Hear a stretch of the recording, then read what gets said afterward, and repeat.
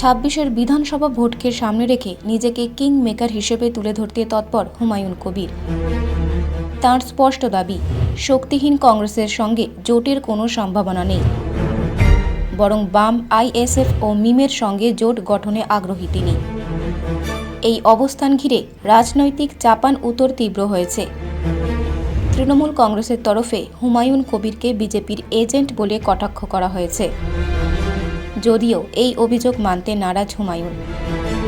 একই সঙ্গে তৃণমূলের আক্রমণের পাল্টা জবাব দিয়েছে বিজেপিও। তাদের বক্তব্য, এই অভিযোগ সম্পূর্ণ ভিত্তিহীন ও রাজনৈতিক উদ্দেশ্য প্রণোদিত। সব মিলিয়ে ২৬-এর ভোটের আগে রাজ্যের রাজনৈতিক সমীকরণে নতুন করে উত্তাপ ছড়াচ্ছে হুমায়ুন কবিরকে ঘিরে এই জোট রাজনীতি। একটা সাইনবোর্ড সম্মিলিত প্রদেশ কংগ্রেস চলছে বাংলায়। তারা আগামী দিনে কি করবে সে সিদ্ধান্ত তাদের নিতে হবে। আমার লক্ষ্য যে মমতা বন্দ্যোপাধ্যায় যখন বামফ্রন্টের বিকল্প হয়ে উঠেছিল, বিভিন্ন আন্দোলনের মধ্যে দিয়ে তিনার যে স্বচ্ছ ভাবমূর্তি, সততার প্রতীক তিনি হয়ে উঠেছিলেন, আজকে তিনি একজন দুর্নীতিগ্রস্ত নেতা হিসাবে বাংলার মানুষের কাছে উঠে এসেছেন। আমরা বলেছি যে মমতা বন্দ্যোপাধ্যায়ের দুর্নীতির বিরুদ্ধে আমাদের লড়াই। এই সরকারটা দুর্নীতিতে ডুবে আছে, কর্মসংস্থান নেই, শুধু খেলা মেলা। এর একটা সমাধান তো দরকার, নাহলে বাংলার মানুষ আগামী দিনে কোথায় যাবে? বাংলাকে বাঁচাতে হবে। সেই দায়বদ্ধতা যদি কংগ্রেসের থাকে নিশ্চয়ই আসবে, যদি সিপিএম এর থাকে তাহলে নিশ্চয়ই আসবে, আইএসএফ এর থাকলে নিশ্চয়ই আসবে।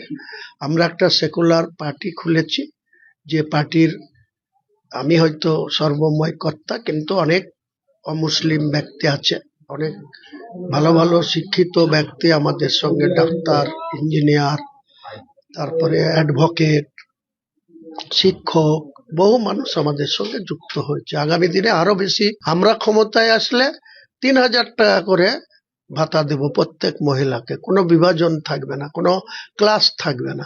ইন্ডিজোট কি কারণে আমাকে ডাকবে? আমাকে তো তারা ধর্তব্যের মধ্যেই রাখছে না। আজকের দিনে যাদের ৫% ভোট নাই, আমার যেখানে যাচ্ছি, যে কোনো বিধানসভায় যাচ্ছি, শুধু মুসলিম না, মুসলিমদের তো শতকরা ৮০% লোক আমাকে ভোট দেওয়ার জন্য প্রস্তুত আছেই।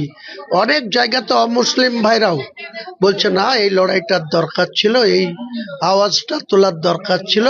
বিড়ালের গলায় ঘন্টা বাঁধার কোনো লোক পাচ্ছিলাম না, আমরা বিকল্প পাচ্ছিলাম না।